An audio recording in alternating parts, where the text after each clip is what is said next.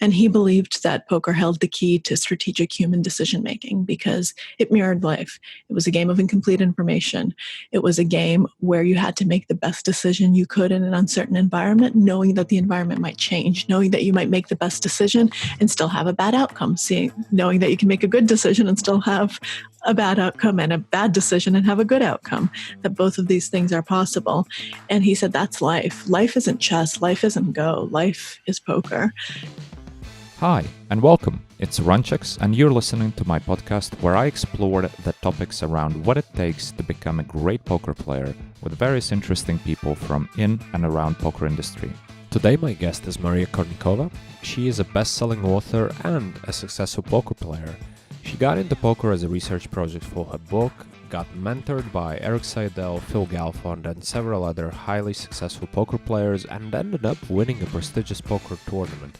So there is so much to learn from her about studying poker, about how to make decisions, and how to make the game more appealing for a wider audience. So please enjoy this conversation. Yeah, well, Maria, welcome to the show. Thank you so much for having me. It's a pleasure. It's a pleasure. And of course, your book is coming out. That's exciting. So I've seen you pretty much everywhere, wherever I looked, articles, podcast interviews.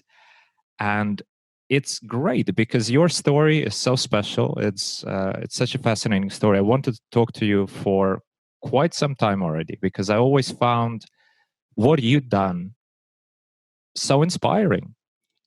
Well, thank you. I appreciate that. And let me just kind of zoom in and specifically what I find so inspiring. And off the record, we already talked a tiny bit about it, that, what you've done is in a really short period of time, you actually managed to become a solid poker player by purposefully studying the game and going for it. And that's something that a lot of people aspire to. A lot of people dedicate a lot of their time with different tools, with different study techniques, and yet so many fall short of that goal. Could you talk me through a bit of what was your approach?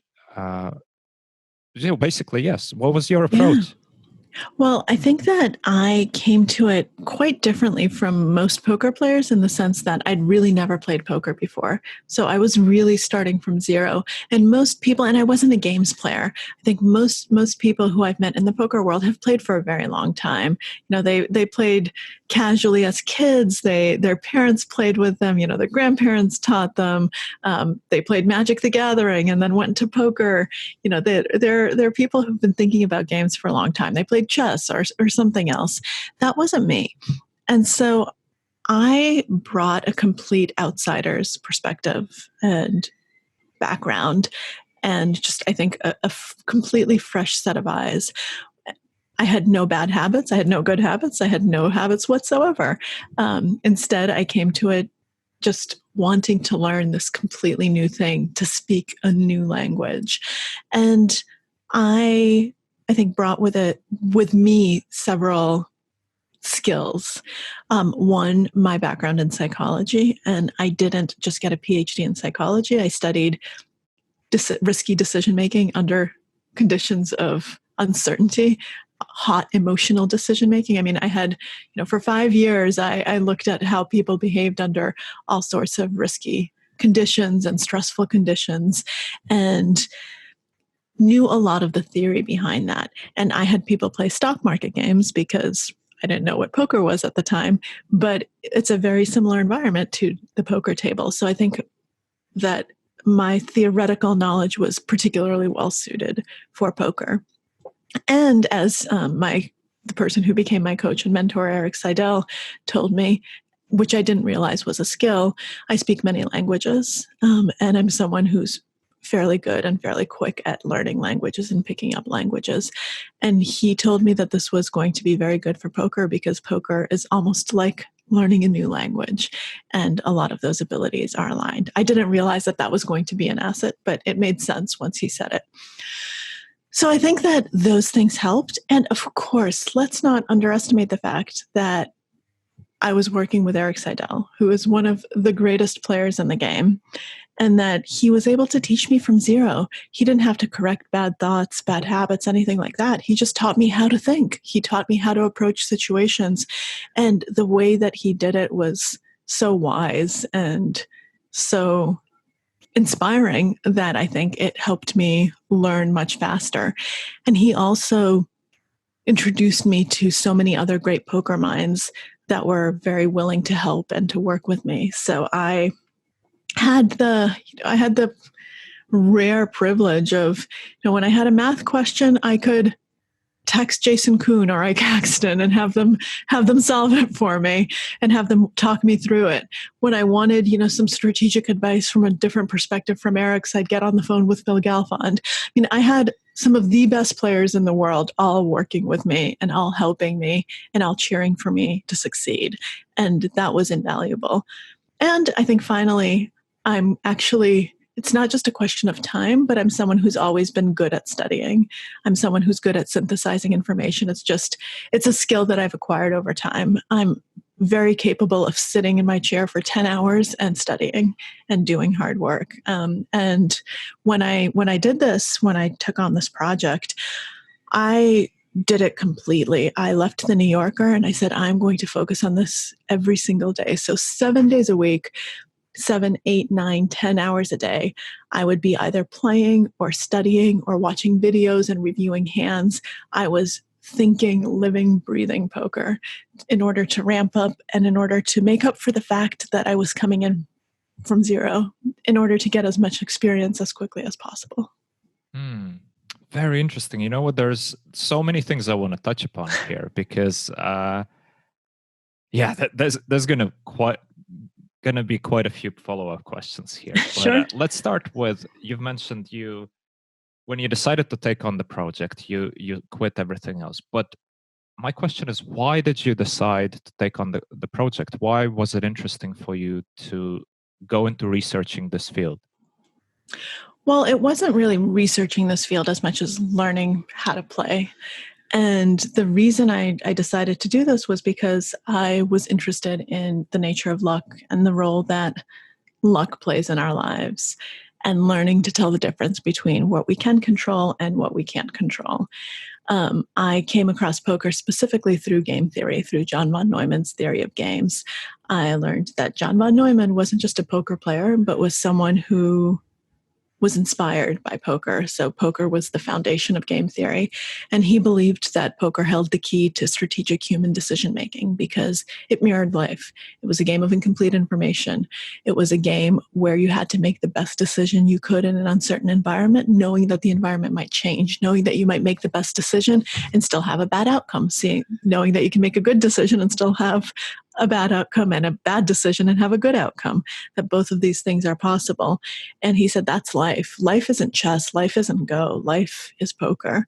And when I read that, I thought, I need to read more about poker. I did. And I decided that this was going to be the book, that I was going to get someone, it ended up being Eric, to teach me. I was going to immerse myself in this world and see what I could find, see what I could determine about the limits of my own abilities, where skill ends and chance begins. Just one thing that you've mentioned I found very interesting, that you need to, we all need to learn to tell the difference between what is luck and what is not luck. And for that, poker definitely is a great field of research, because oftentimes even the seasoned professionals still attribute things to luck, which are clearly just bad decision making. And some people, rarely, but sometimes go the other way. Absolutely. So you've studied decision making and risky decision making at that. Mm-hmm. What parts of the decision making in poker are the most complex, in your opinion? I mean, I think it depends on who you are. I think that poker is a game that gets very complex very quickly if you're thinking about it on a deep level. And the more you know, the more complex it becomes. So for me, poker has become harder and harder and harder the longer I've played, because I see more and more layers there. And of course, there's the mathematical elements, but that's not my strength. I mean, that never was where I focused. Eventually, yes, I did buy PoSolver and learned how to use it and worked with Jason Kuhn to figure out, how do you run these? How do you set them up? How do you read the outputs?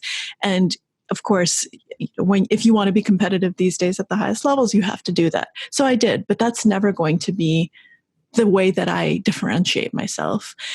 To me, the complexity lies in the human elements, in figuring out what people are thinking, what they're thinking about you, what they're thinking about themselves, reading the dynamics at the table, all of those iterative thoughts. What does he know that I know? What does he know that I know that he knows that I know that, you can just go back and forth an infinite number of times. And the strategy gets more and more complex the deeper you think.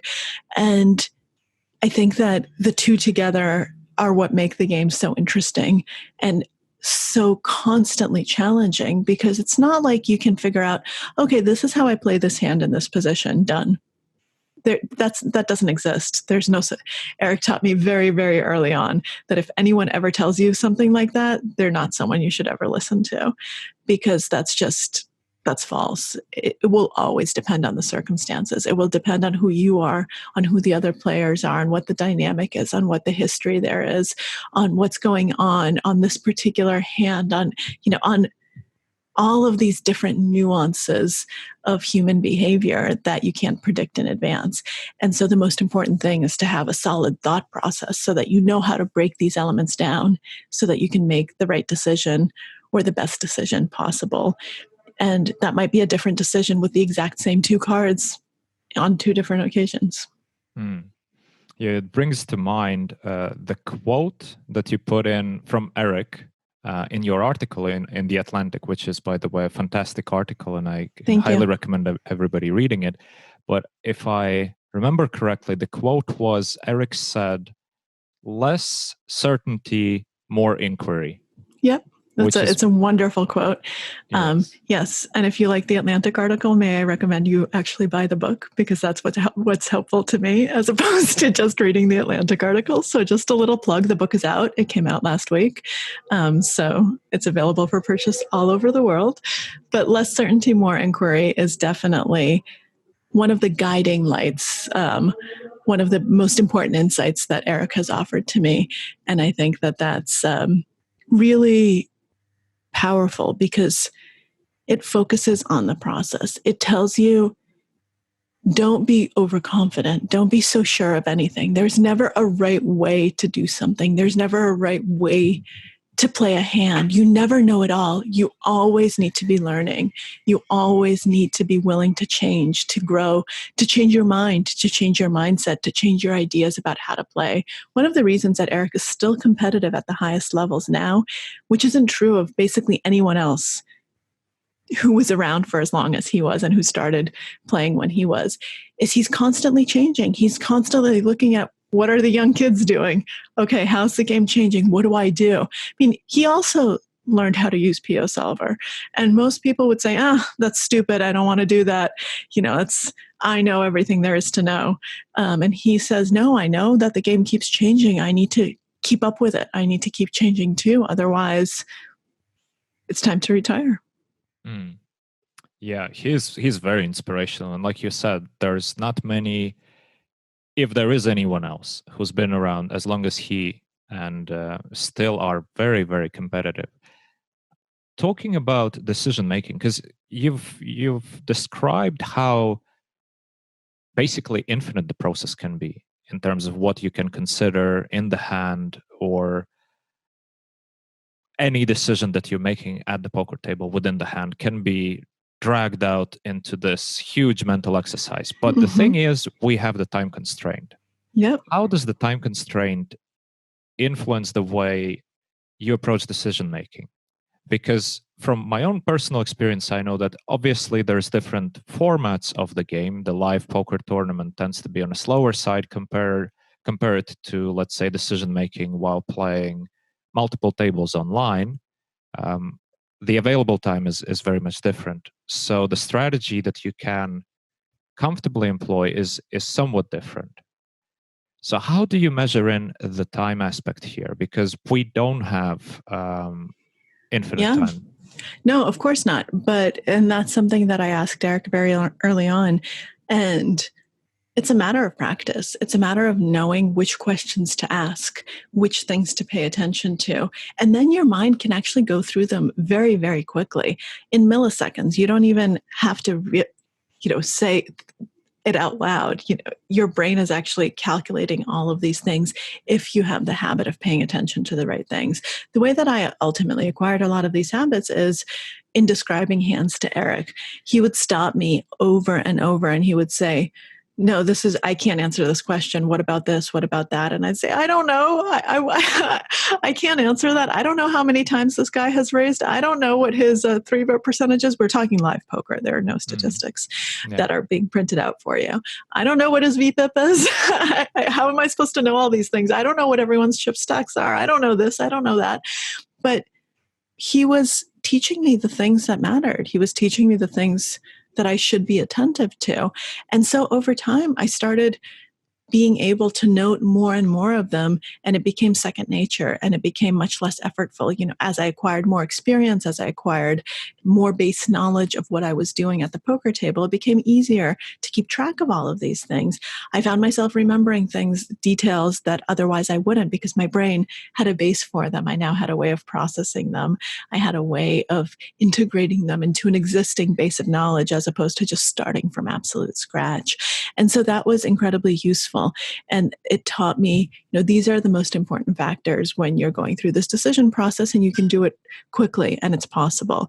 So I think at the most basic is actually something that Phil Galfond taught me, which is always ask why players are doing what they're doing, including yourself. Always, just before you act, ask why. And that's a really, really important thing to remember.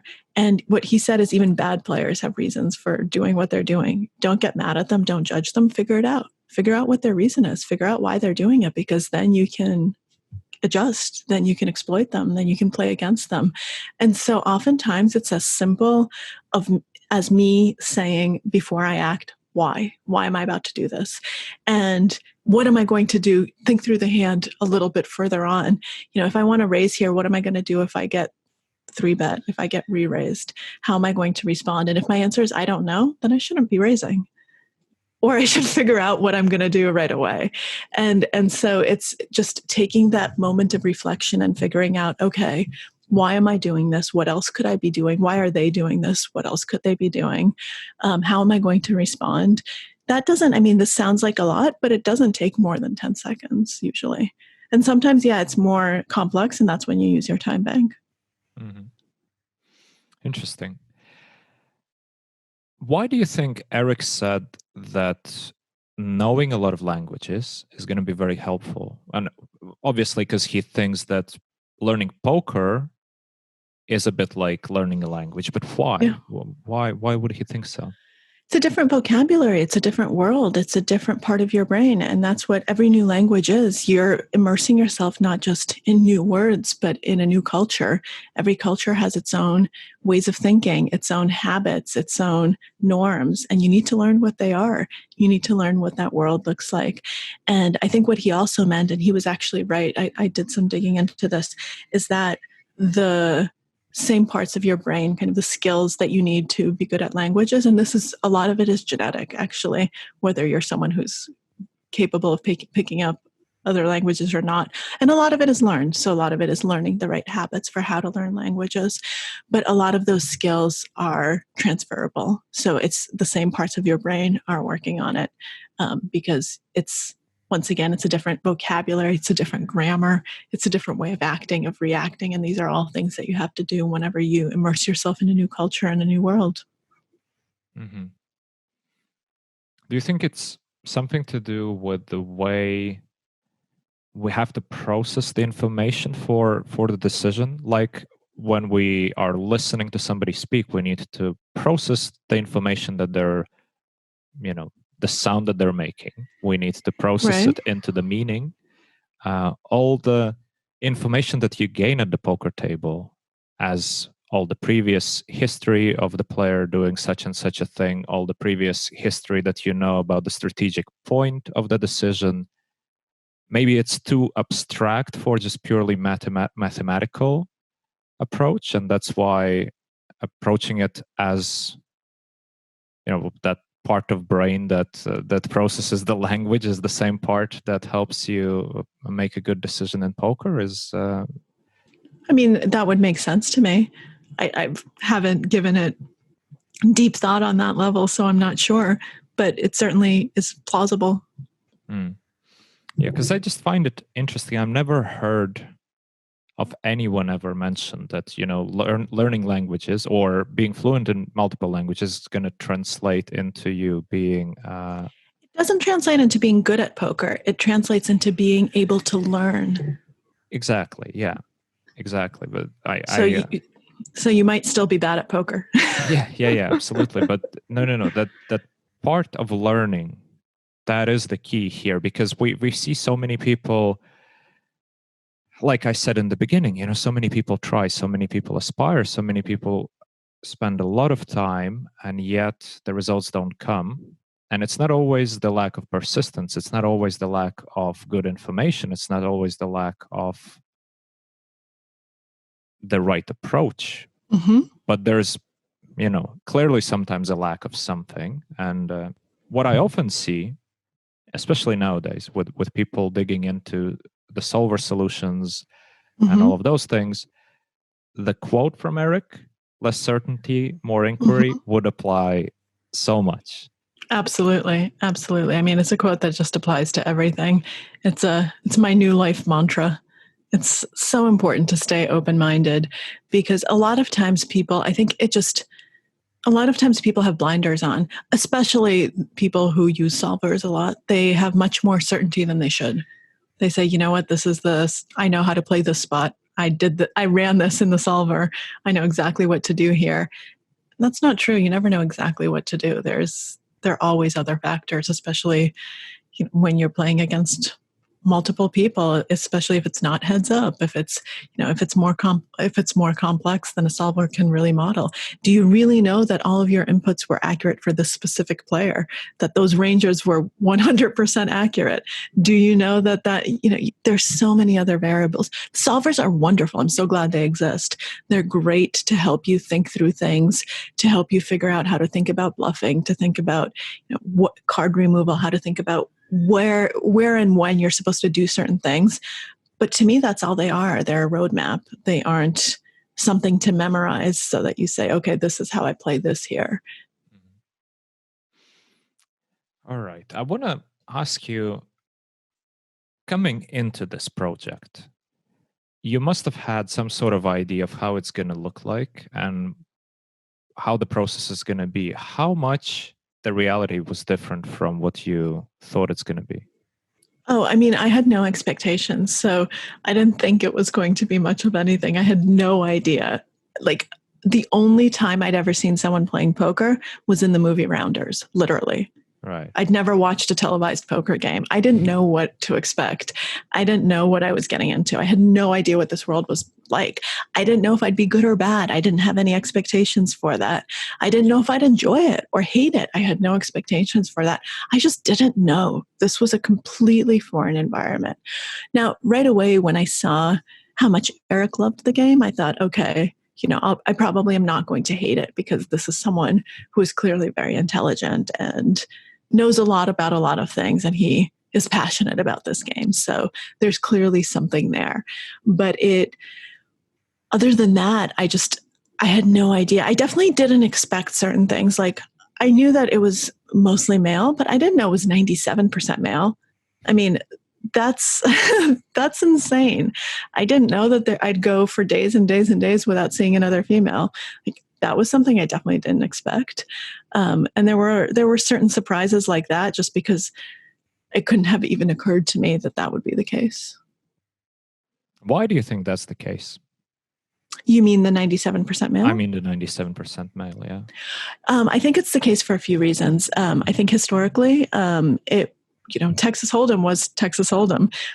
Played in the Wild West. There were guns, and there was there was some violence early on. And I think a lot of the media depictions of what early poker was like have stuck, and people still think that it's like that, there's the mob and cigars and all of these things.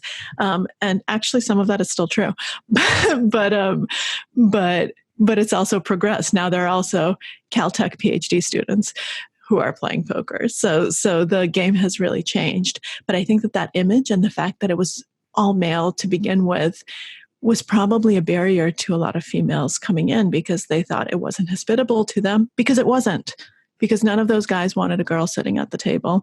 And so women just didn't enter it. I think it also comes from a puritanical misperception of what poker is. Most people think poker is gambling.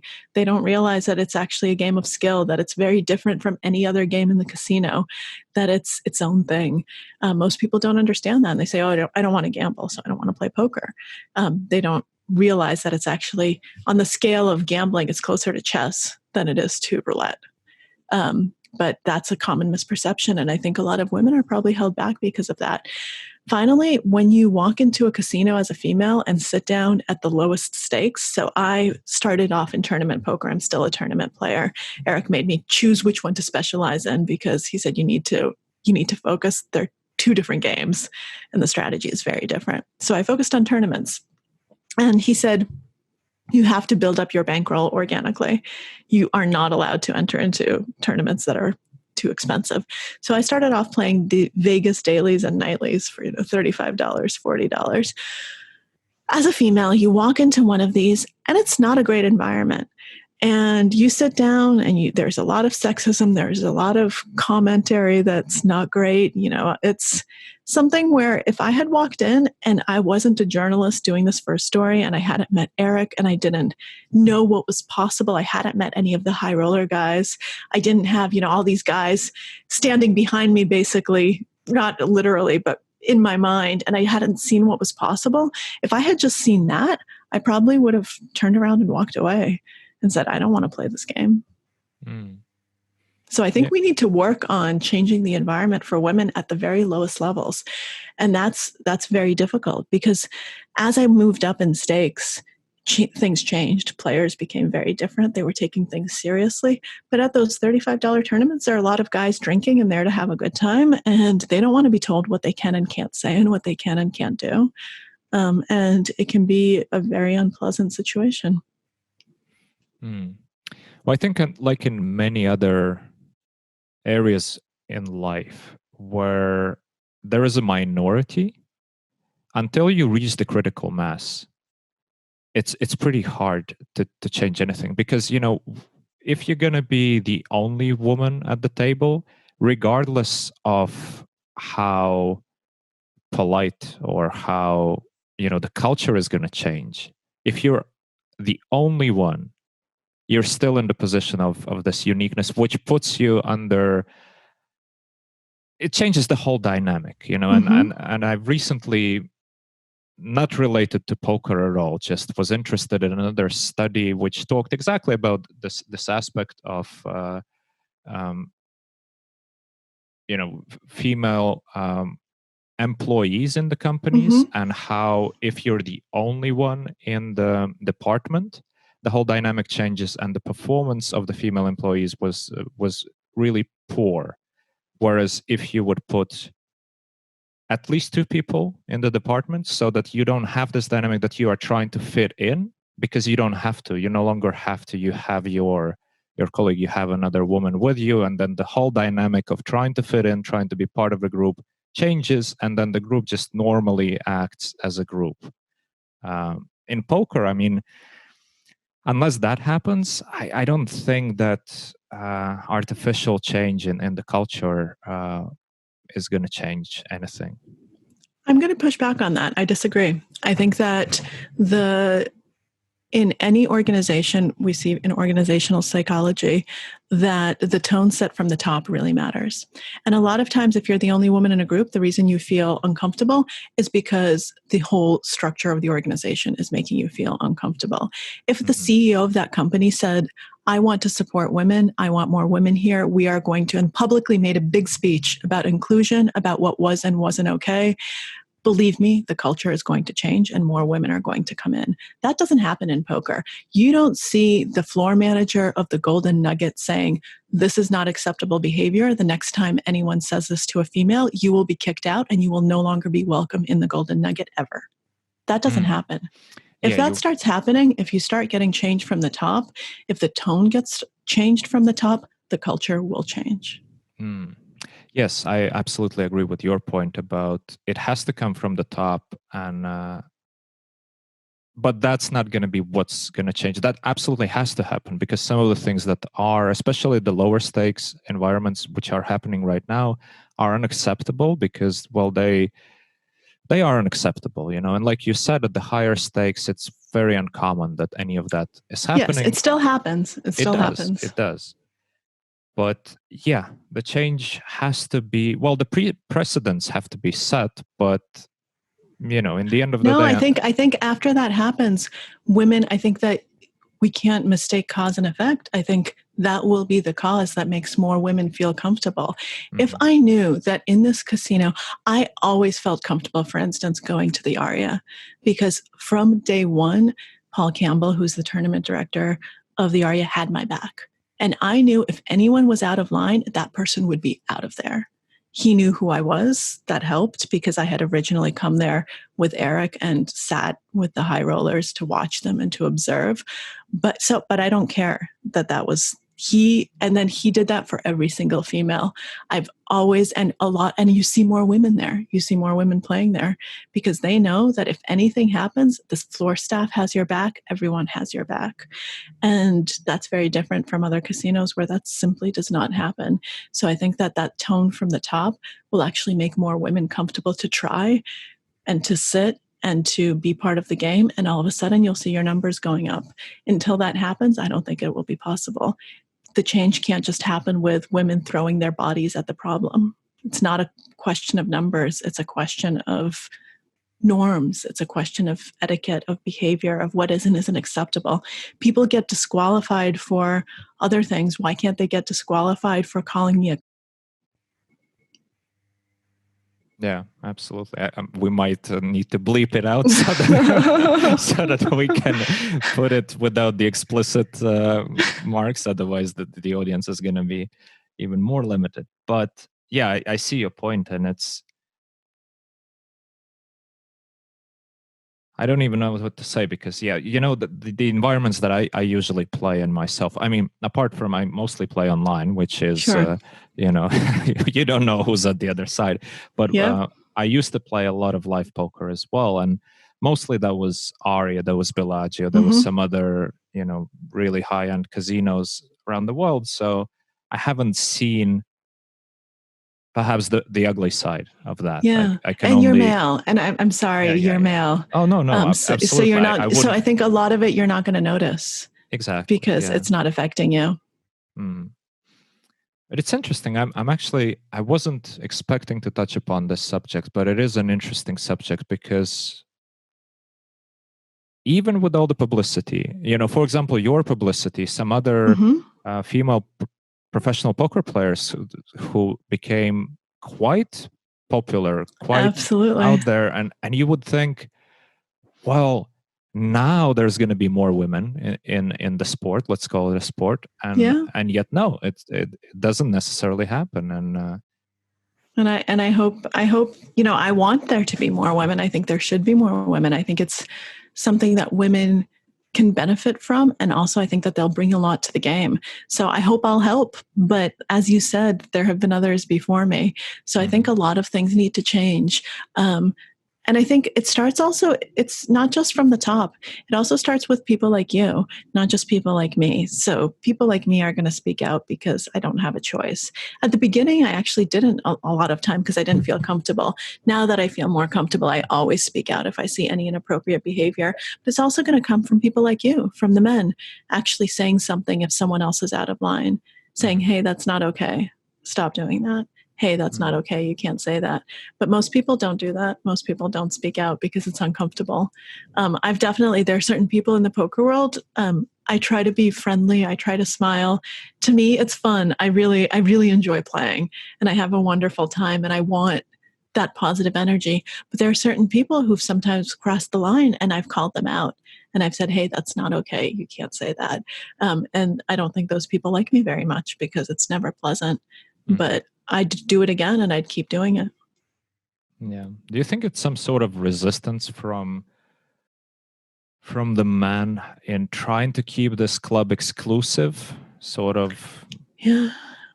I think on some level, sure. And by the way, there are assholes everywhere and not just in poker. And there are some phenomenal people in poker. Like I've met some of the most wonderful, supportive, giving men in the poker world. So I do want to say that because it sounds like, I don't want it to sound like I'm ranting, all of these poker players. The vast majority of them are awesome, especially as you get, as you move up in stakes, as you're playing at a higher level. I've met so many amazing people, so many interesting people, and they've been nothing but nice to me, and it's been nothing but positive. So I do want to say that that's possible, and I think that a lot of women who are able to get through the early stages experience that and start loving the game and start seeing what's possible. But in order to do that, you need to get past those initial hurdles and actually stick around to see the possibilities.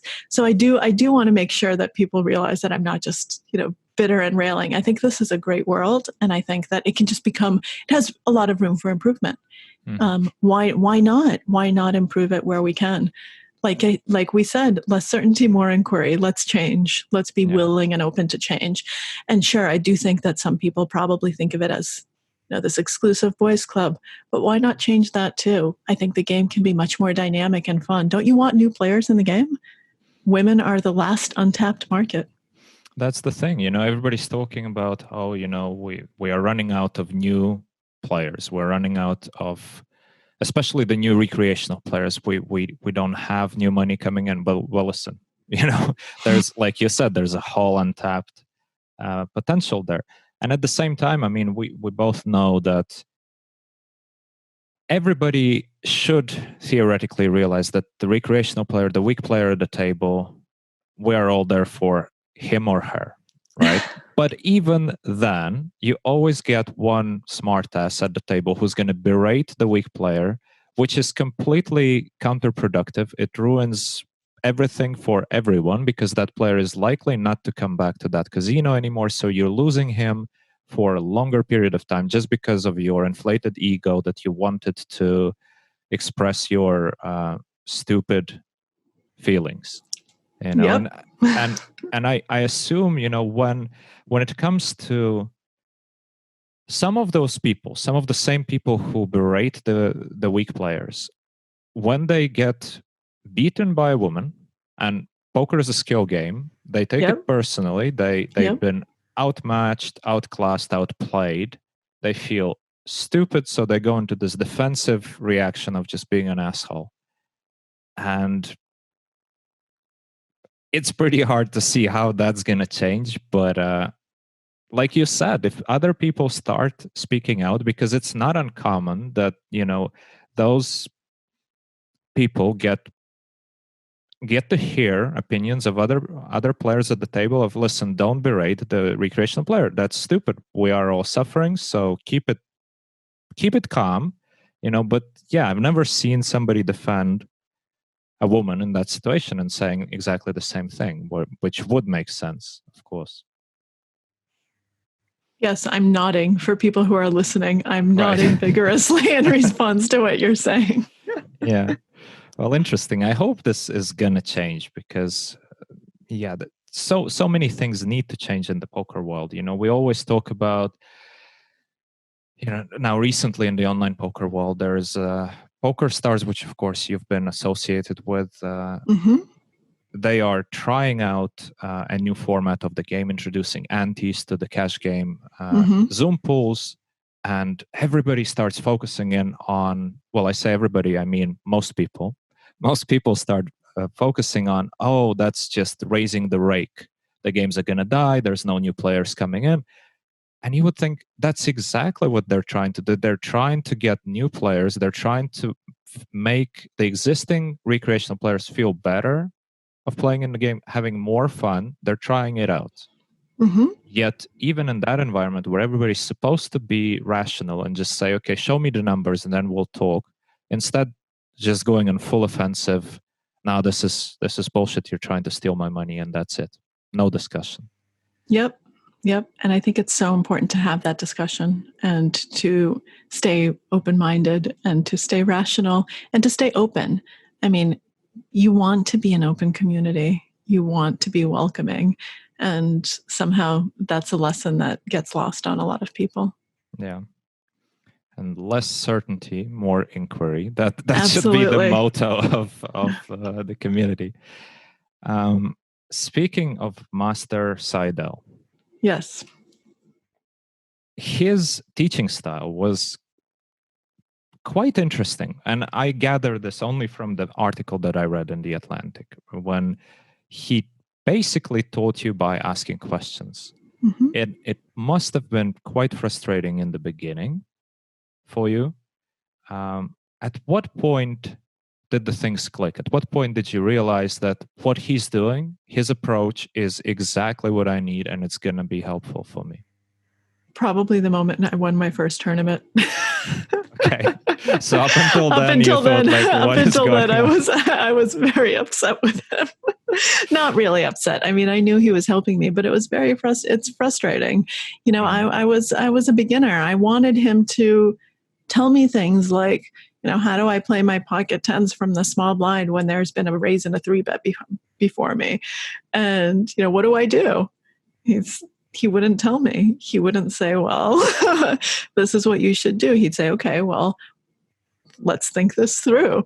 You know, what's this person like? What's that person like? What are you trying to accomplish? How about this? How about that? And I would say, I don't know. You tell me. What do you think? and so it was always quite frustrating. But then I started winning, and I realized what he was doing. We never, you know, it was a very different. At this point, I've seen how a lot of people teach, and I've also done a little bit of introductory coaching myself, and this was so different. I mean, there were no range charts. There was no discussion of, you know, these are the hands you open from this position. These are the hands you 3-bet. These are the hands you 4-bet. These are your bluffs. No, there was none of that. It was so much more about building a base of understanding of how do I think through this? How do I think about whether this makes sense or not? And the ranges came after. And then I kind of built them myself, given what I knew about myself, what I was comfortable with, what I wasn't comfortable with. And then they changed as my game changed. Mm-hmm. Yeah. And I was about to say that, you know, ranges, you can look them up yourself. Absolutely. And I had first time I ever sat down with Phil Galfond and had a long conversation with him. He told me that he actually didn't want me to do that. He said, there's a fast way to learn poker and there's the right way to learn poker. And the fast way is I can give you a bunch of charts to memorize and you're really not going to get into trouble. I can tell you, you know, this is what you do here. These are the kinds of hands you play. These are the kinds of hands you 3-bet. Memorize this, memorize how to do that, memorize how to do that. And you're going to get very proficient very quickly and you'll probably make a little money, but you're never going to be a great player and you're never going to go that far. And I don't want you to do that. I want you to actually learn how to think for yourself. And that was very important advice very early on. So Phil as well never gave me a single range chart. Fantastic. I like that all of your well, let's say teachers, all of your mentors followed the path of focusing on the decision-making process on the way you think, as opposed to just giving you the easy solution. It is beautiful. And speaking of Phil Galfond, we just published, in fact, the episode with him. And one thing that he said, which I found very interesting, is that the qualities that made good players, say 10 years ago, are still the same qualities today, even though the environment changed. We have solvers, we have so many tools, so much information, but these qualities are still the same. And I fully agree with him. And it really is about the way you think more so than what you memorized. Absolutely. Absolutely. And I think that really helped me in the long term. Sure, it took me a while to ramp up and to start seeing results. But then once they started coming, they were much more consistent. And I think that it was a much more lasting way of teaching me how to think and teaching me how to play. And it's something that I can apply even now. For the last 2.5 years, I spent about 2 years just thinking poker full time. And then I had to start writing the book. Well, I'd been writing the whole time, but really put it together and start really changing gears. And I took a step back. If you look at my Hendon Mob page, you see very consistent results from the end, from 2017 until 2019, and then they stop at like the summer of 2019, and that's the fall is when I started focusing on the book. And I made one trip to Vegas, and you see that one result, and that was the last time I played in a major competition. And so when you take that step back, you have to think, okay, what can I do to stay competitive? And I've been studying, I've been playing online, but I think the fact that I have the tools for thinking and for figuring out how do I see what's happening, I think that's so helpful. And that's something that I still have, even if the game has changed a little in the last few months. I can figure it out how it has changed and try to adjust and try to figure out, okay, because the thought process stays the same. The ranges may have changed, but the thought process stays the same. And I can figure out the new ranges. Yeah, exactly. And that's something that, like you said, it doesn't matter how much time passes. We saw that basically with Phil Galfond demonstrating it quite publicly with his Galfond challenge, where he clearly was away from a game on a high level for quite a while. And of course, he did preparation beforehand. But let's face it, we already talked about it. A lot of people say they study 8 hours a day for 6 months, yet somehow we don't necessarily see the results immediately. So the base, perhaps the way they think is flawed to begin with. But Phil clearly demonstrated that the same things that helped him before clearly still work. Absolutely. Yes, he's living and breathing proof of it. Yeah, and he's so passionate about poker as well. It's so great to see, and I feel you are a bit the same way. When you talk about poker, you sort of light up, and it seems to you seem to have found the passion for the game. Absolutely, and I think it helps that Eric and Phil both have it. They both love the game, and they love it for the right reasons. They're not playing because they think, oh, I need to make money right now. They play because they love the game. There's lots of ways they can make money. They choose to play because they are passionate about the process, about the thinking, about how it challenges them, and how it evolves. It's a game that's constantly challenging and fascinating. And if at any point you say, oh, it's not interesting anymore, that's probably the point at which you should stop playing poker. Mm-hmm. Yeah, absolutely. How did you, because I want to actually just go real quick into your victory in the Bahamas. Sure. The first huge tournament which brought you the most publicity throughout this process. How did it feel? It must have been surreal. It was surreal. And it was surreal on many levels. One, I obviously did not expect to win, but second, it was, I think, day 4, and I was exhausted. Like, I hadn't been able to sleep since day 2 because I was on so much adrenaline and so many nerves. And so I was just like in a daze, and I'd been playing for so long, for so many days. You know how it is when you're in a multi-day tournament, you have to wake up and do it again and do it again and do it again. And you just have to keep going and keep thinking and keep making decisions. And that last day, the final table was really hard for me.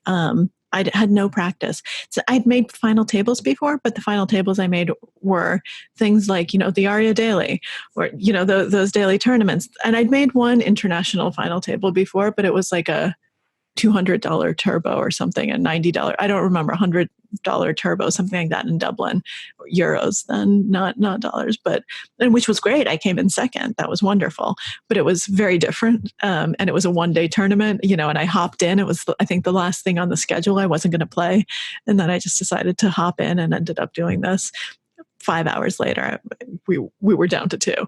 So it was a very different experience. I had no experience playing a final table of a multi-day tournament. And the people at the table were very intimidating. I mean, there were people I'd seen play on TV, someone like Chris Moorman, Harrison Gimble. These are people I recognize. These are people who had lots of titles, who'd won a lot of money. And I realized, wow, these are real poker players. I'm not a real poker player. I'm an imposter. What am I doing here?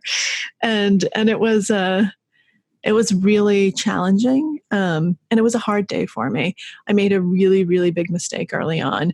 And in the book, I go into detail. In the book, this tournament takes, I think, 40 pages to play out. And I made a really big mistake early on and then was just nursing a short stack for most of the day. And it was both challenging, but also really, really interesting to me to be put in that situation, because so after I came in second in Dublin, the person who won had been just drunk off his ass. He'd been drinking the entire time and he was just gone. He was wasted and he won. And I was so mad at myself because I thought, wow, I should have won. But I didn't know how to play heads up. It's a very different skill and I'd never really worked on it. And so for the 2 months leading up to PCA, that's actually all I studied.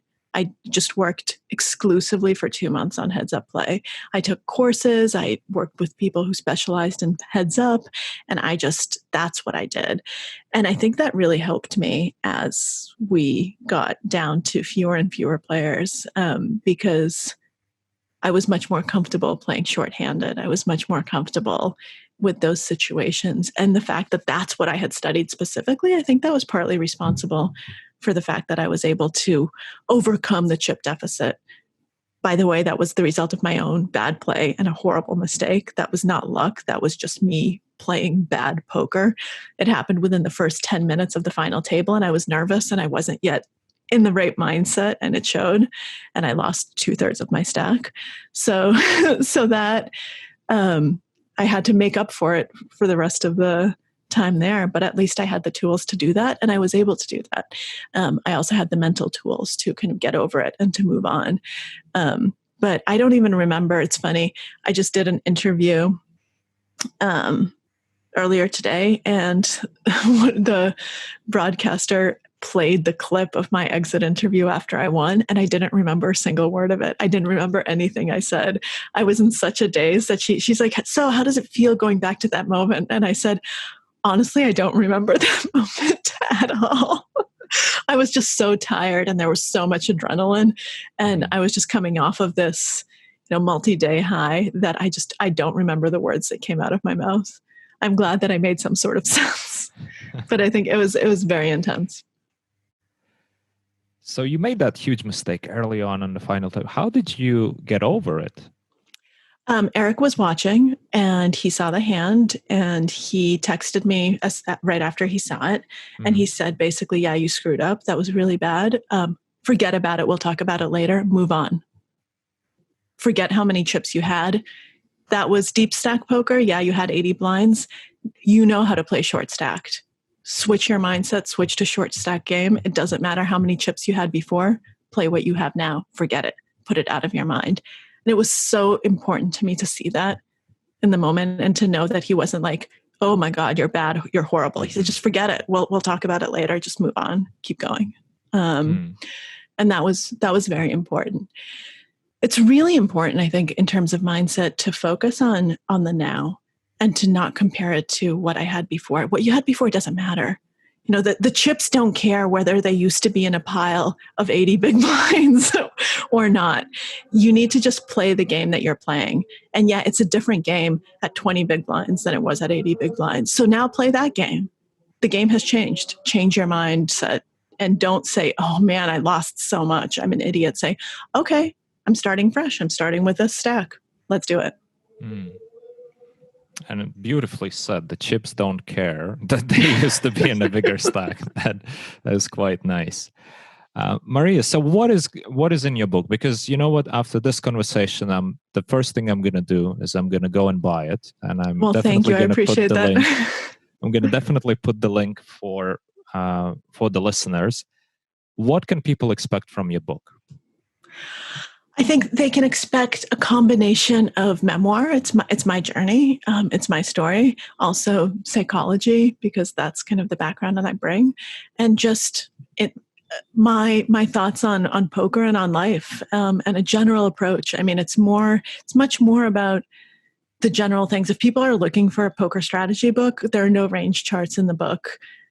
You should go somewhere else. Michael Acevedo just published a great book. I'd go to that one.